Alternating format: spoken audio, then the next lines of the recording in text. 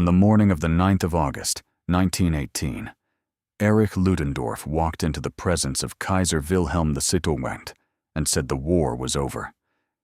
The German First Quartermaster General, the man who had directed the German military machine for the length of the war, who had authorized the spring offensive, dismissed the warnings of his own commanders and refused every suggestion that the German position was deteriorating beyond recovery, stood before his emperor, and said the war must be ended. 24 hours earlier, the Australian Corps had driven 11 kilometers into the German line. The Kaiser replied that they had reached the limits of their capacity. Tell me in the comments, had you ever heard, before today, of the Australian Corps and what it did in 93 days to make those words necessary? Because what you are about to discover will change what you thought you knew about who actually won the First World War. Now let's go. To understand why that conversation happened in the way that it did, you must first understand what the German army believed about itself in the spring of 1918, and why that belief was correct. The surface version is easily told. Following Russia's collapse in late 1917, the German High Command transferred 50-plus divisions from the Eastern Front to France, achieving for the first time in 4 years genuine numerical superiority over the Allied armies on the Western Front. Ludendorff convened his chiefs of staff on the 11th of November, 1917, and devised a plan to use that superiority before the Americans arrived in France in decisive numbers. The Kaiserschlacht began on the 21st of March, 1918, when 63 German divisions attacked along 60 miles of front between Saint-Quentin and Arras. In 5 days, the Germans recaptured more ground than the Allies had taken in 2 years of Somme fighting. The British Fifth Army collapsed. The road to Amiens, the key railway junction that connected and supplied both the British and French armies, opened before the German advance. Had it fallen, the Allied line might have split in two. The reality the surface version does not address is what happened in the places where the road did not open. Australian divisions had been fighting in Belgium through the winter, holding positions in the Flanders mud. When the Fifth Army collapsed, they were pulled from those positions and moved south by train, in some cases directly into the gap where British formations had been pushed back and could not be reconstituted in time. They arrived into a situation of crisis, of retreating British units moving through their positions, of the tactical logic of the entire Northern Front unraveling around them. What they didn't do in the ground they occupied was give it back. The town of Villers-Bretonneux sits on a low ridge east of Amiens. From its height, an observer could direct artillery fire onto the rail junction the Germans needed to seize to sever the Allied supply line. On the 30th of March, the German advance struck the positions around the town, and the 9th Australian Infantry Brigade went into the line to hold them. Between the 30th of March and the 4th of April, Australian and British forces stopped the German advance. The railway survived. The Germans came back on the 23rd of April with 13 German tanks, and this time took the town. What followed on the night of the 24th of April was a counterattack by 2 Australian brigades and a British brigade that partly encircled the town in the dark and drove the Germans out by morning. The date was the 25th of April, 1918, the 3rd anniversary of the Gallipoli landing. The phrase that would later appear above every classroom blackboard in the town had not yet been written. The lesson it would commemorate had been demonstrated.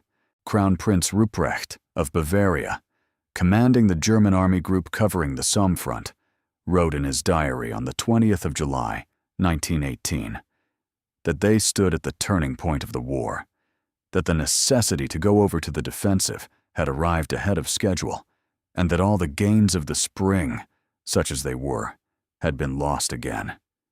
He was writing for himself. And what he wrote was that the offensive that had looked like Germany's last chance to win had already spent itself without winning anything that would endure. Germany held more territory in the summer of 1918 than at any point since the war began. And yet the ground gained was not the ground that mattered. Amiens had not fallen. The railway had not been cut. In the places where the Allied line had bent least, Australians had been standing in front of it. What the German High Command did not yet understand, studying its maps that summer, was that the formation it had been failing to push aside for the past 4 months was not merely a defensive obstacle. It was an army that had been learning, across the same period, exactly how to attack. On the 1st of June, 1918, Lieutenant General John Monash took command of the Australian Corps. Born in Melbourne on the 27th of June, 1865, the son of Jewish migrants from Prussia, he had not followed the professional military path. What his family produced was a scholar of considerable range, then a civil engineer of significant achievement. Monash had worked on major Melbourne infrastructure projects that demanded holding an intricate system in mind, identifying the consequences of each decision for every other component of the design, and bringing a complex program in on schedule through the coordination of competing demands from men who could not simply be ordered to comply. A militia officer's commission had run alongside the engineering career, and by the time war came in 1914, he held the rank of colonel with broad artillery, staff, and field experience. None of this was standard preparation for commanding an army corps in northern France. In practice, it proved to be exactly the right preparation. His record in the field had built the case quietly and continuously.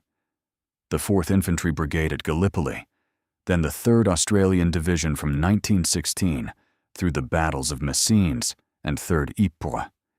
Haig had formed a clear impression of him through those commands, and Rawlinson had been watching closely. When William Birdwood moved to the 5th Army in May, creating the Corps vacancy, both men had already made their choice.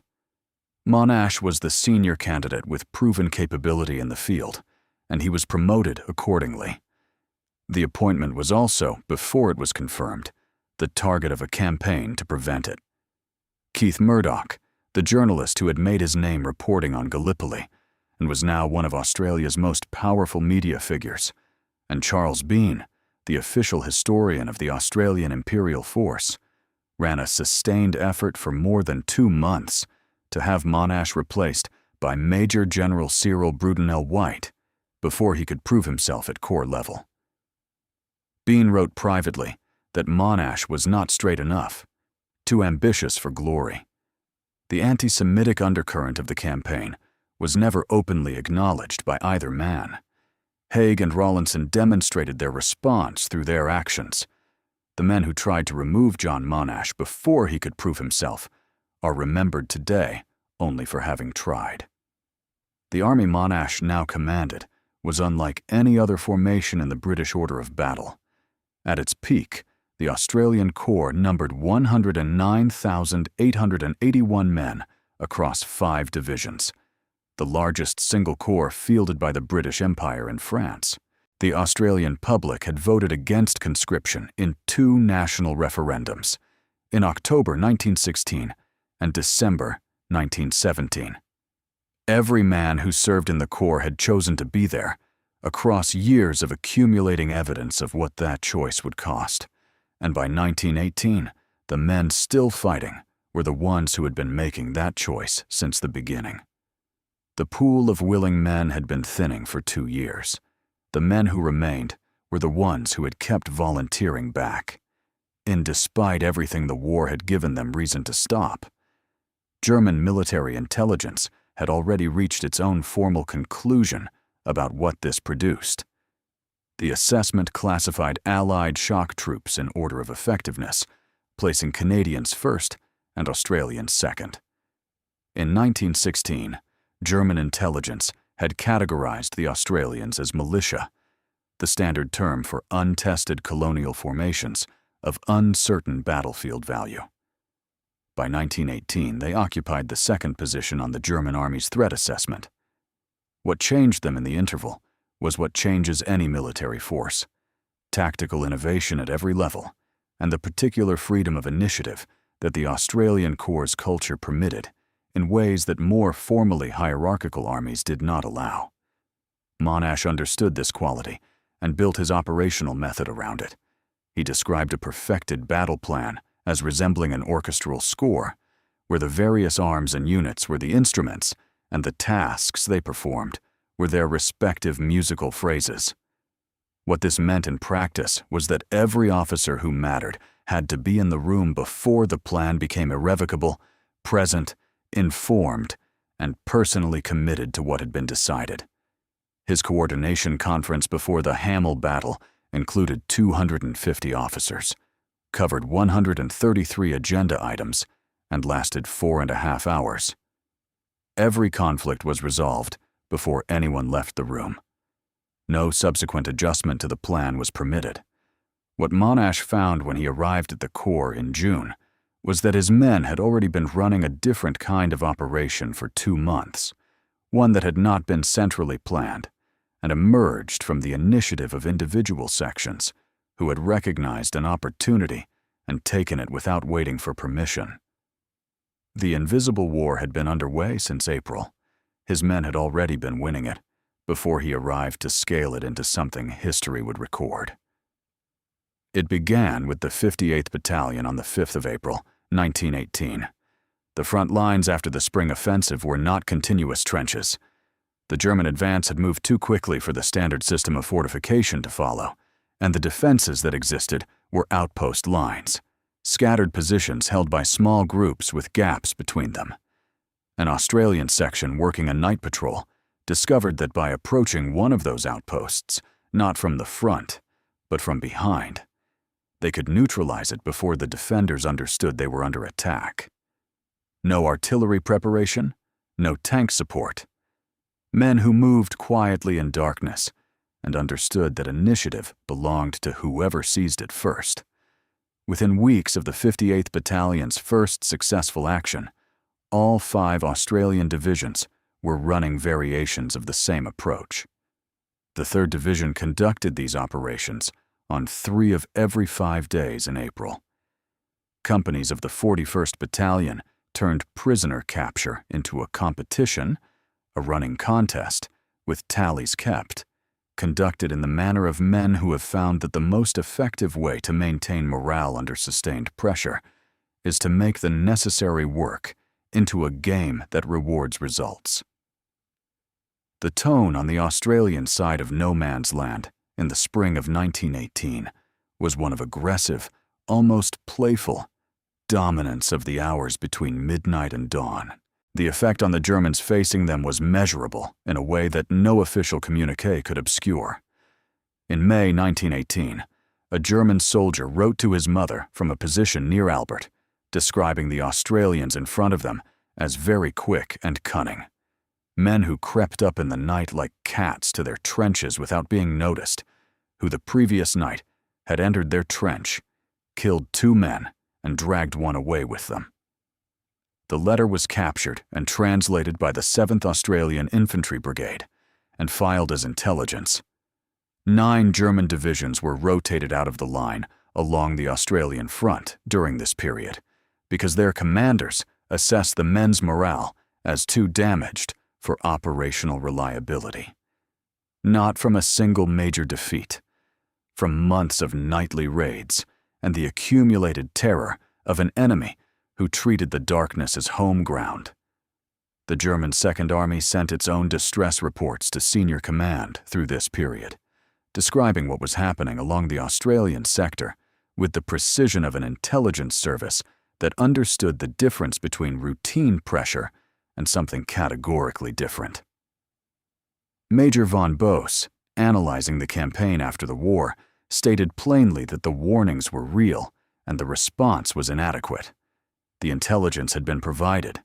What failed was the decision, an institutional refusal at the level where decisions that matter are made to act on information that conflicted with the position the decision-makers had already committed to.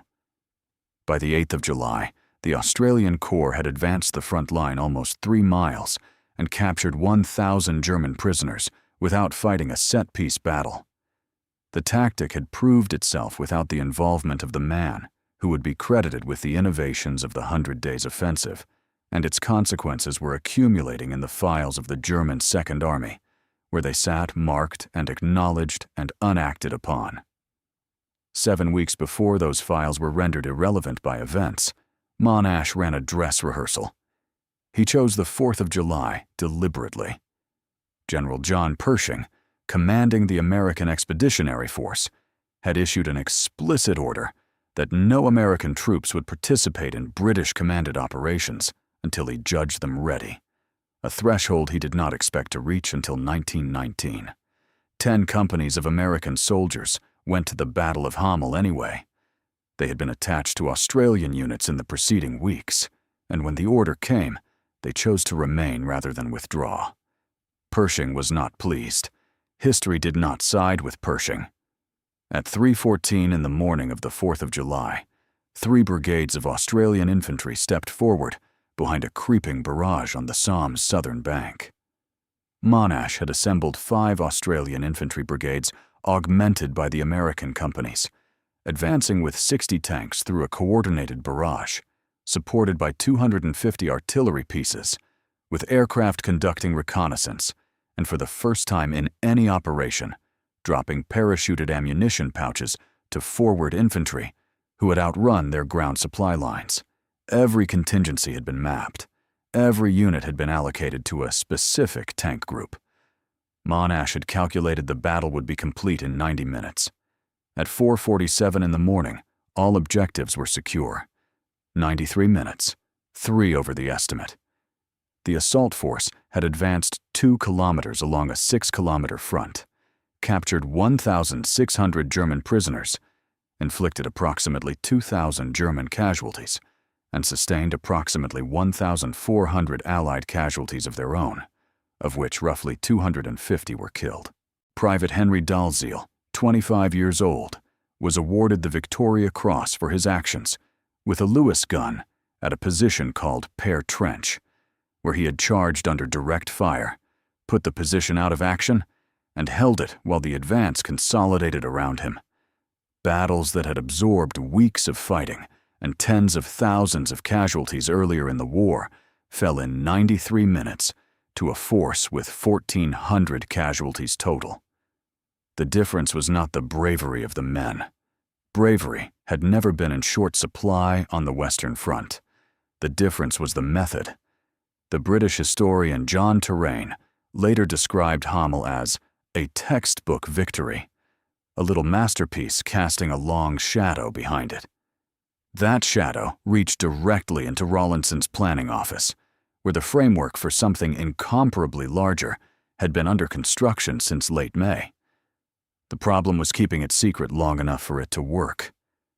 Any major offensive concentration makes noise.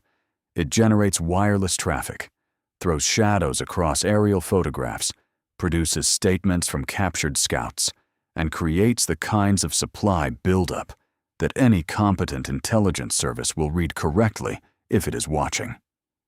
The Allied planning team had to eliminate each indicator while assembling the largest force the Australian sector had ever contained.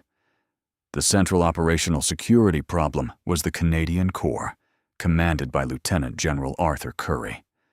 German intelligence knew that when the Canadians appeared in a new sector, an offensive was imminent. Moving the Canadian Corps from Arras to the Amiens sector without German detection was the challenge on which the entire enterprise depended. The solution was elaborate in its simplicity.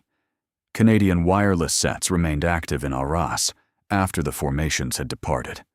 Individual Canadian soldiers were dispatched to hospitals near Ypres, visible to German intelligence networks in that area.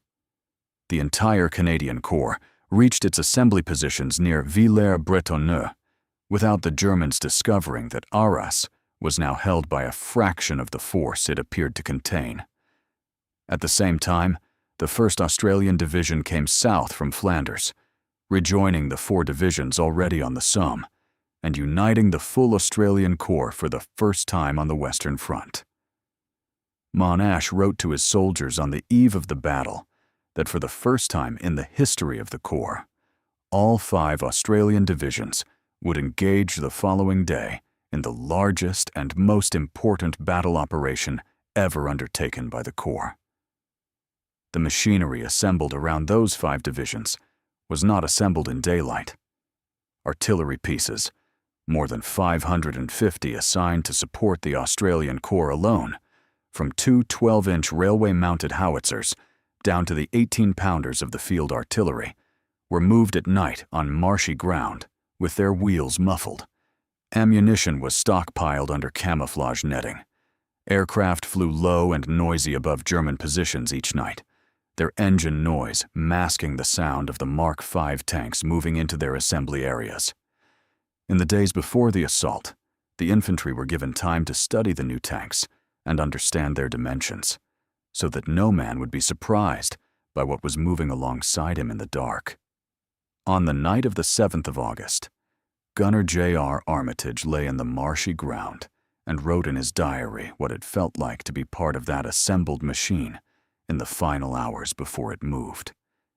He described an utterly still night where vehicles made no sound on the marshy ground, where drivers whispered to their horses and men muttered curses under their breath, where the silence persisted, broken only by the whine of a stray rifle bullet overhead, and where the sense was inescapable that hundreds of groups of men were doing the same thing everywhere along the line, preparing for the heaviest barrage ever launched.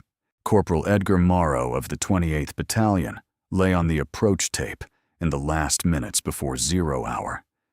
He wrote afterwards that, as the time approached, he found himself trembling with nervous excitement and the cold, that not a gun was firing, that his teeth chattered and he clamped them on his unlighted pipe, and that word passed along that there was half a minute to go.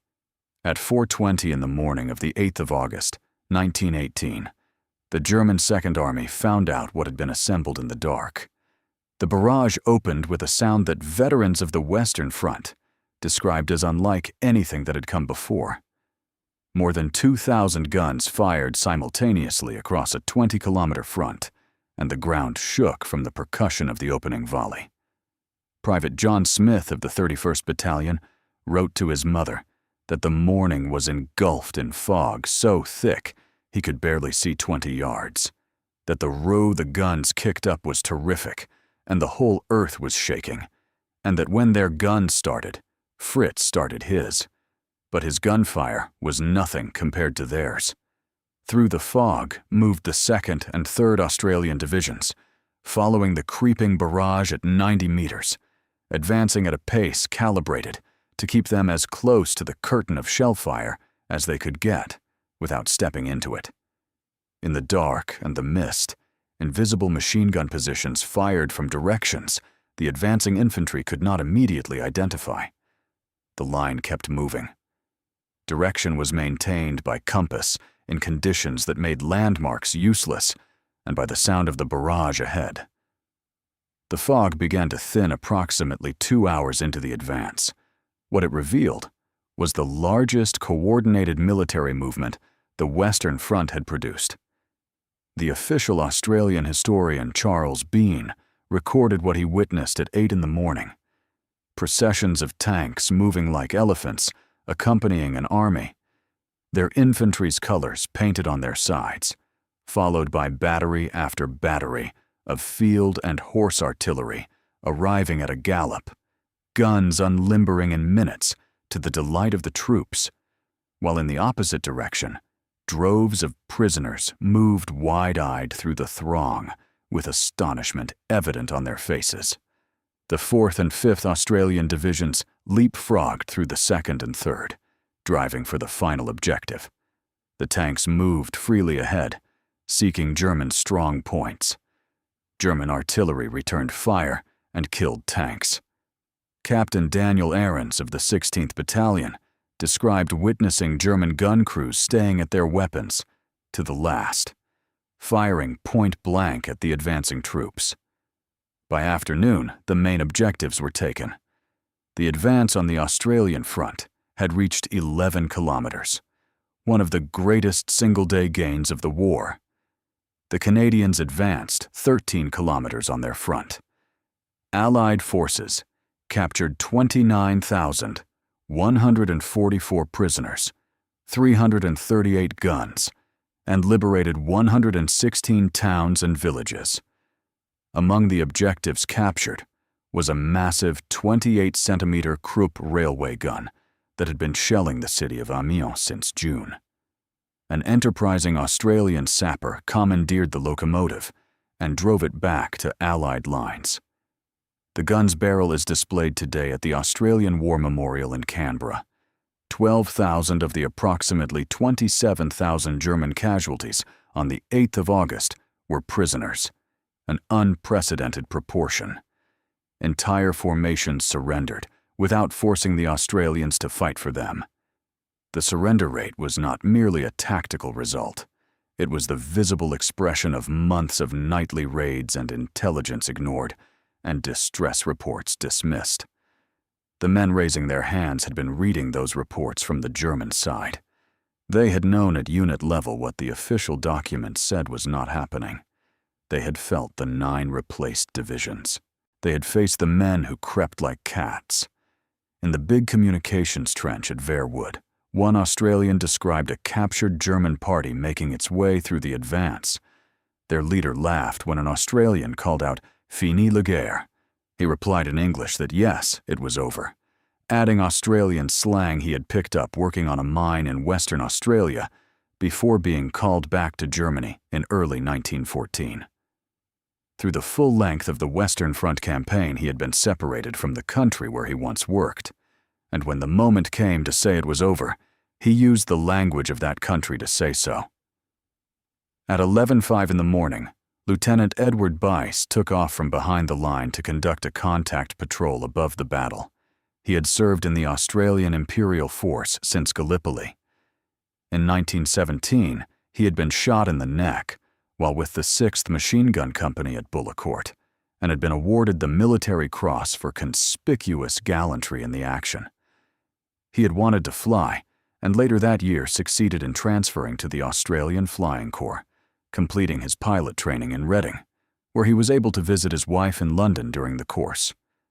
He arrived back in France 46 days before this patrol. The remains of his aircraft were found several days after the battle.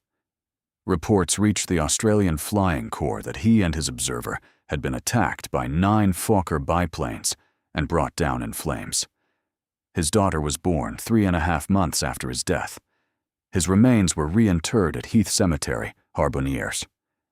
His headstone reads, "That eternal honor be given to those who died, that we might live." The victory Ludendorff would call the Black Day of the German Army cost Lieutenant Edward Bice everything he had, and thousands of men exactly like him, men who had survived Gallipoli and Bullecourt and transferred to a new arm of service and training as a pilot, men who had wives in London and daughters they would never meet, men who reached the day that ended the war and did not make it through the day itself. Sapper Harold Grant, hearing of the advance from behind the line, wrote home that it was great news and that the Australians had caught Fritz napping. On the evening of the 8th of August, Erich Ludendorff recorded in his memoirs what the day had meant from the perspective of the man who commanded the machine the Australians had broken. He described the 8th of August as the black day of the German army in the history of the war, the worst experience he had gone through. Everything he had feared had in one place become a reality. The German war machine was no longer efficient. The decline of German fighting power was now beyond all doubt. The war must be ended. King George V visited Australian Corps headquarters at the Chateau of Bertangles 4 days later. The following morning, at a conference attended by Field Marshal Haig, General Rawlinson, Marshal Foch, and French Prime Minister Clemenceau, Monash received personal congratulations from all of them. The king knighted him on the chateau's steps on the 12th of August, the first time in 200 years that a British monarch had honored a field commander in this way on an active battlefield. Lieutenant William Carne of the 2nd Division, resting after 11 days of continuous fighting, described the feeling among the men as weary, noting that even victories become exhausting, but sweetened by the knowledge that they had taken part in probably the greatest, most successful blow of the Australian imperial force. The Australians rested 4 days. Then they went back to work. The advance continued from the 9th through the 11th of August with progressively heavier resistance for progressively less ground, fewer tanks available, German forces regrouping behind their initial collapse, and the fundamental physical limit of how far men carrying full combat loads can advance under fire before exhaustion equals the effect of enemy resistance. The Allied commanders had learned from every failed offensive of the previous years that the moment a front hardened, it was better to shift the attack elsewhere than to continue pressing a position that had lost its initial momentum. Behind the operational success, a crisis was deepening. The worst month for Australian voluntary enlistment across the entire war was August 1918. The number of Australians dying in France equaled the number signing enlistment papers at home. The minimum height requirement for the Australian Imperial Force had been lowered to 5 feet. The age range extended to 18 through 45. 3 battalions, the 36th, the 47th, and the 52nd, had already been formally disbanded in April, their men absorbed into surviving formations and their colors retired. For men who had carried those colors since Gallipoli and Pozieres and Passchendaele, the disbandment orders produced grief of a specific kind, the grief of watching the only stable community they had known across years of transient violence officially cease to exist.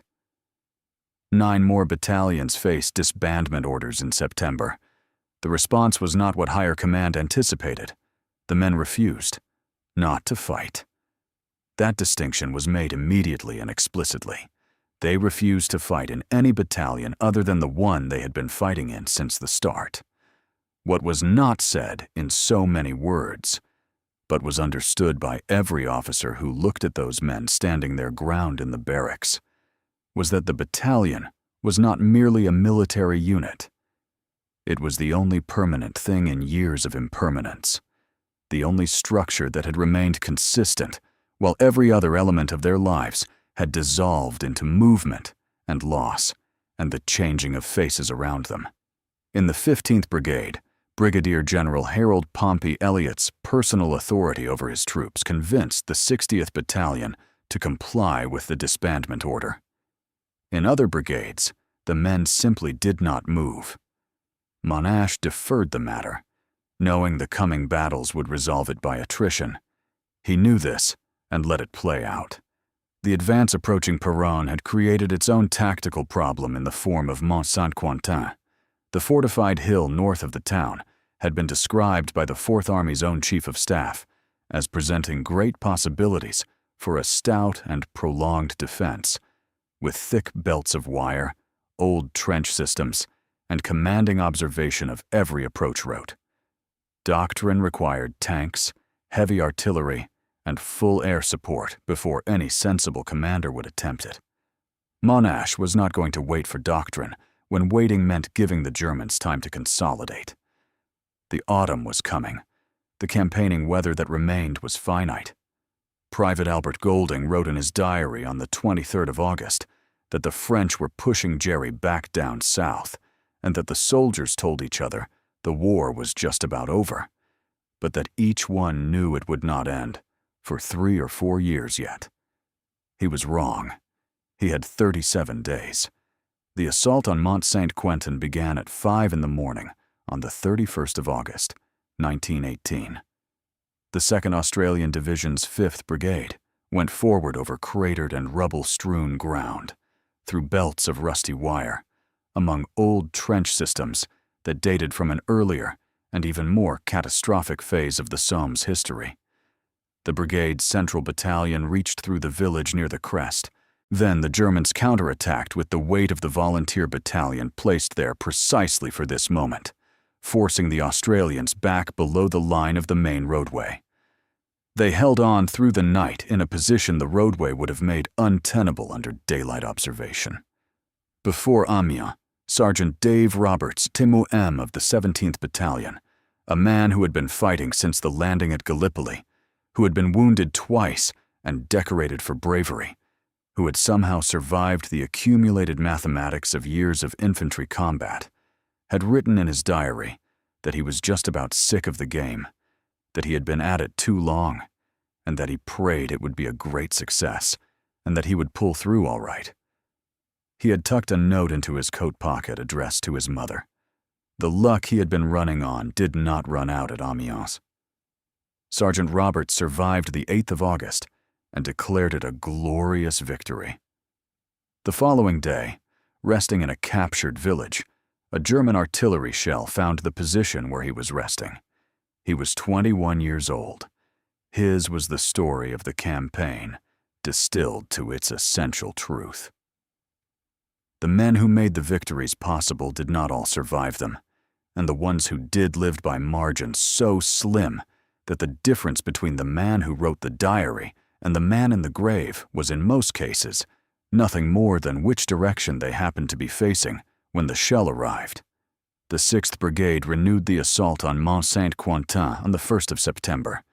The fighting that followed was close, crawling over rubble, working around machine gun positions that could not be silenced from a distance, forcing the issue with grenades and bayonets in the manner that the original trench warfare doctrine had imagined, and the combined arms revolution had been specifically designed to make obsolete. By the end of the 1st of September, the summit was in Australian hands. Simultaneously, the 5th Australian Division forced crossings over the Somme and entered Peronne through the ruins. Lieutenant Harold Williams of the 5th Division recorded afterwards that small parties were rushed across footbridges, raked with machine gun fire. Many men were killed, but the few who lived to reach the bridgehead attacked the German machine gunners and cleared the way for others to cross. For the fighting between the 31st of August and the 2nd of September, 8 Victoria Crosses were awarded to the Australian Imperial Force, the greatest number for any single Australian operation in the entire war. 2 were posthumous. Private Robert McTeer of the 23rd Battalion had enlisted in March 1917 and arrived in France in November, less than a year before the battle that ended him. In the early stages of the Mont St Quentin assault, armed with a revolver and a supply of grenades, he attacked a series of German machine gun positions. He captured the first, he captured the second, he captured the third. He was attempting the fourth when another gun, firing at close range, killed him. His battalion's motto was, "Forward undeterred." He exemplified it in the precise and literal sense. He was awarded the Victoria Cross posthumously. Corporal Alexander Buckley of the 54th Battalion was killed near Peronne on the 1st of September and was similarly honored afterwards. His photograph with his fiancée, taken after his enlistment in 1916, survives in the Australian War Memorial Collection. He is smiling. She is looking at the camera. General Rawlinson, commanding the British Fourth Army, and therefore the man with the broadest operational view of everything every nation under his command had achieved across the full span of the campaign, called the Australian advances of the 31st of August to the 4th of September the greatest military achievement of the war. Charles Bean, the official historian, wrote that the capture of Mont St Quentin and Peronne was held by many Australian soldiers to be the most brilliant achievement of the Australian Imperial Force. Rawlinson was comparing Mont St Quentin to Amiens, to Hamel, to every British, French, Canadian, and Australian operation of the entire campaign, and placing one corps' 4 days of fighting above all of them. A German battalion commander in the area filed an operational report during this period that constitutes the most formal document in the trail of German admissions running through the summer. He wrote that the forces confronting them consisted of Australians who were very warlike, clever, and daring, that they understood the art of crawling through high crops in order to capture advanced posts, and that the enemy infantry had daily proved themselves to be audacious. This was not a private letter.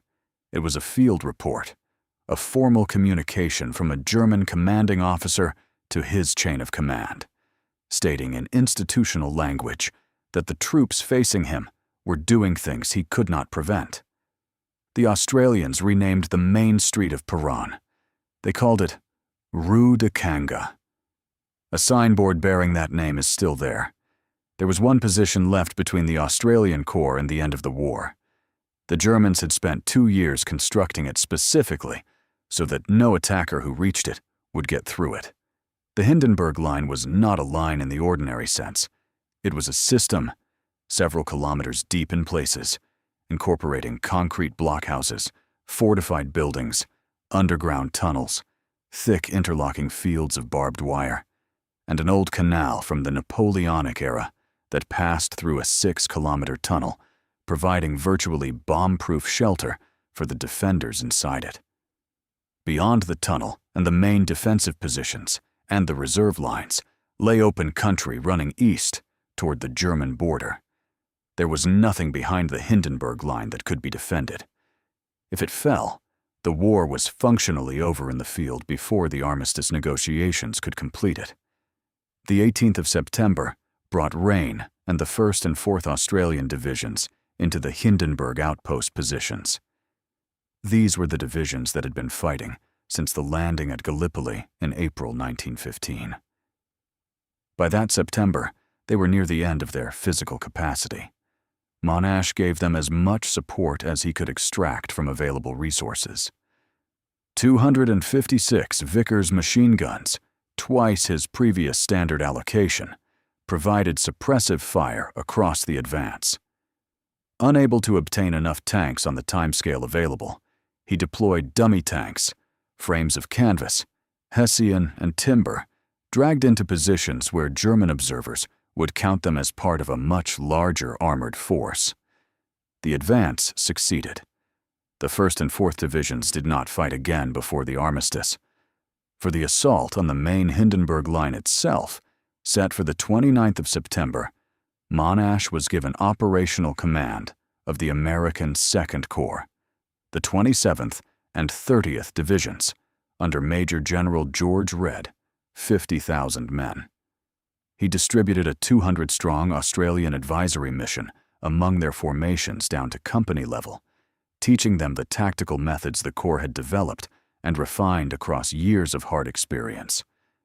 These were the same Americans who had appeared at Hamel in defiance of Pershing.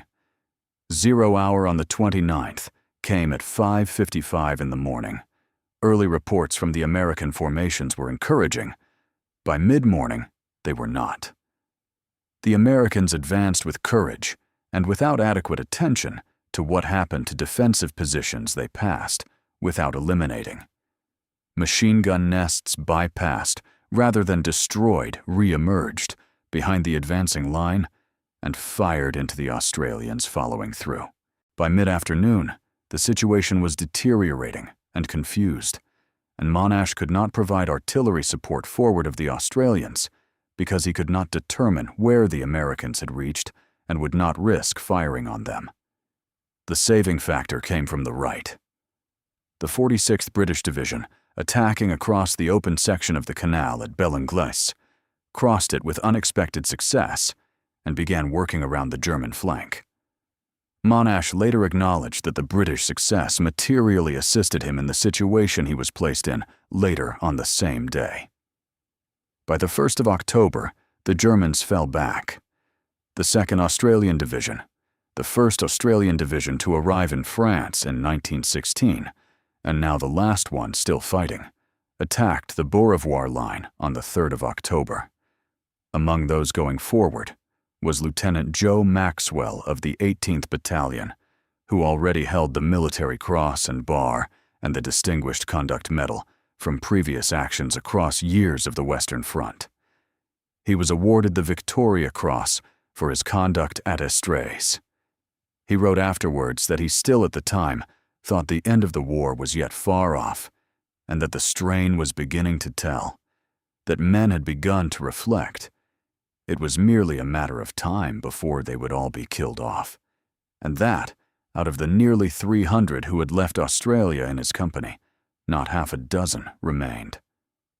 On the 5th of October, the 21st and 24th Battalions of the 6th Brigade, understrength and battle-worn, attacked the village of Montbretagne alongside the division's Pioneer Battalion, the only formation fit enough to supplement them. They advanced under heavy machine gun fire, fought building to building through the village, drove off a counterattack, and secured their objective by nightfall. The 2nd Division handed over to the Americans. The Australian Corps had fought its last battle of the war. The 1st and 4th Australian Divisions were reconstituted and moving back toward the front line when the armistice took effect at 11 in the morning on the 11th of November, 1918. The army that had done more than any other formation on the Western Front to make the armistice possible was still going forward when it came. The German army left a paper trail of its own defeat. It began in May 1918 and ended in August. And what it records, if read in sequence, and without the institutional dishonesty that prevented the German command from acting on it, is the progressive accumulation of a recognition that could not be stopped once it started. The first document is the private letter, a German soldier writing to his mother, describing men who crept like cats in the darkness and dragged his comrades away before dawn. This was fear at the individual level, the level closest to the ground. 9 German divisions were subsequently rotated out of the line, because that fear had become operationally disabling at the formation level. Their replacements received the same experience and produced similar accounts.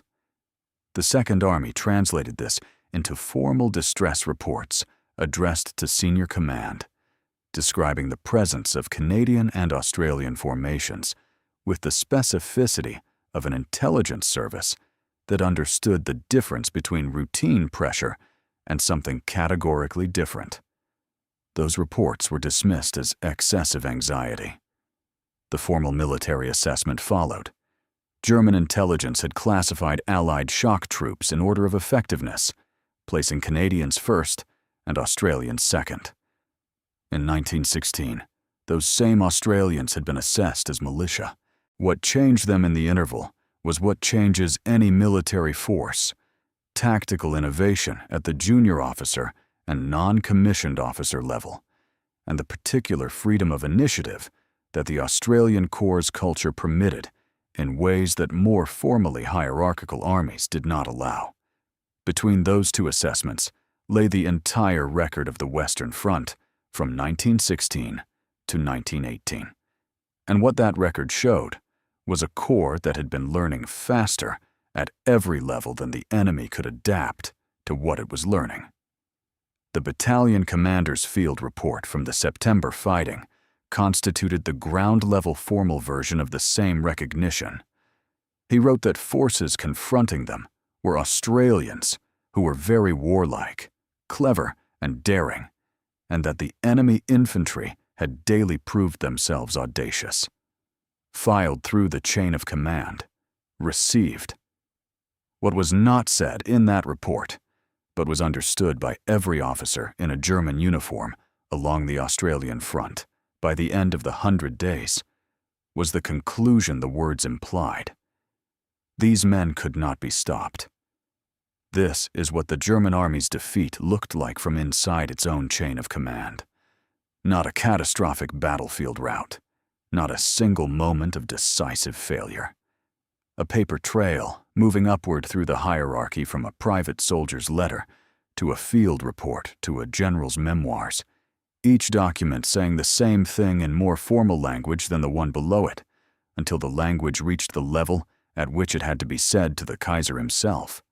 5 Australian divisions, fighting at perhaps a third of their nominal strength, without conscripts, without mandatory service, sustained by men who had been choosing to remain across years of accumulating loss, rotated 9 German divisions out of the line without fighting a major engagement. Then, in the period from August to October, defeated 39 German divisions in the field.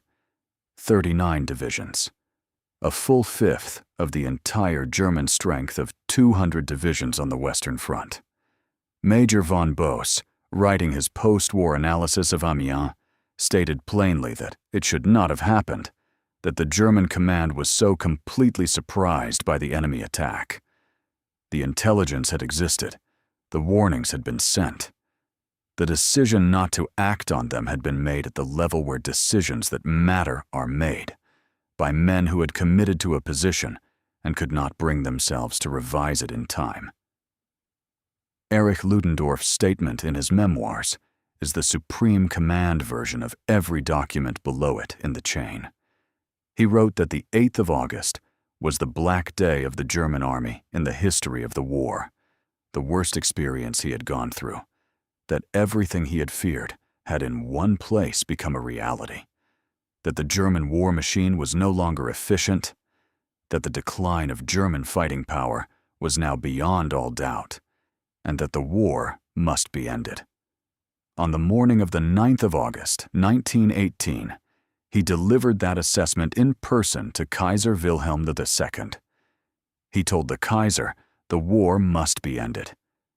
The man with ultimate constitutional authority over the German Empire, who had authorized the Kaiserschlacht and every calculation that preceded it, heard what the Australian Corps had done to the German Second Army's position in a single day, and replied that they had reached the limits of their capacity. The war continued for 94 more days. The men who died in those 94 days, on both sides, didn't know the decision had been made. They knew only what was immediately in front of them, which was what had always been immediately in front of them. The cost of those 94 days was paid by men told nothing about a private conversation between 2 men in a room, because what is said in private between the man who runs an army and the man who owns it stays private until the archives open decades later, and historians begin reading what the participants wrote about themselves. 46,000 Australians are buried in France and Belgium. Every one of them had chosen to be there. That is the fact at the bottom of everything else. What they achieved was not the product of compulsion. Every man who held the line, who crept like a cat in the darkness, who drove 11 kilometers in a single day, who took Mont St Quentin without tanks, had chosen. Erich Ludendorff said the war must be ended on the morning of the 9th of August, 1918. He was right. It ended 94 days later, on the 11th of November, at 11 in the morning. The 1st and 4th Australian divisions were marching back toward the front line when it did. 46,000 Australians lie in France and Belgium today, under the care of the Commonwealth War Graves Commission, in cemeteries maintained on land the French and Belgian governments gave because they understood what had happened on that ground. They include Lieutenant Edward Bice, whose daughter was learning to walk while his headstone was being carved. They include Sergeant Dave Roberts, 21 years old, who survived Amiens. They include Private Robert Mactier, forward undeterred, who captured 3 positions and fell at the 4th. The 2nd Australian Division erected a memorial at Mont St Quentin after the war, a bronze figure of a digger with a fixed bayonet, standing over the German eagle. German occupation forces deliberately destroyed it during the Second World War. A new memorial was raised in 1971. The replacement sculpture depicts the same digger in a more reflective pose, as if what came between had changed the meaning of the gesture. The school at Villers-Bretonneux still carries the sign above every classroom blackboard: N'oublions jamais l'Australie, never forget Australia. The barrel of the Amiens gun sits in Canberra, The tactics John Monash built, infantry, armor, artillery, aircraft coordinated as a single system, became the template on which every major offensive operation of the 20th century was modeled. His name is not attached to them in the doctrine manuals. The principle is his regardless. If you believe those men deserve to be remembered, leave a comment below. And if you want to understand what the other side of that war looked like from the country that lost it, watch this next.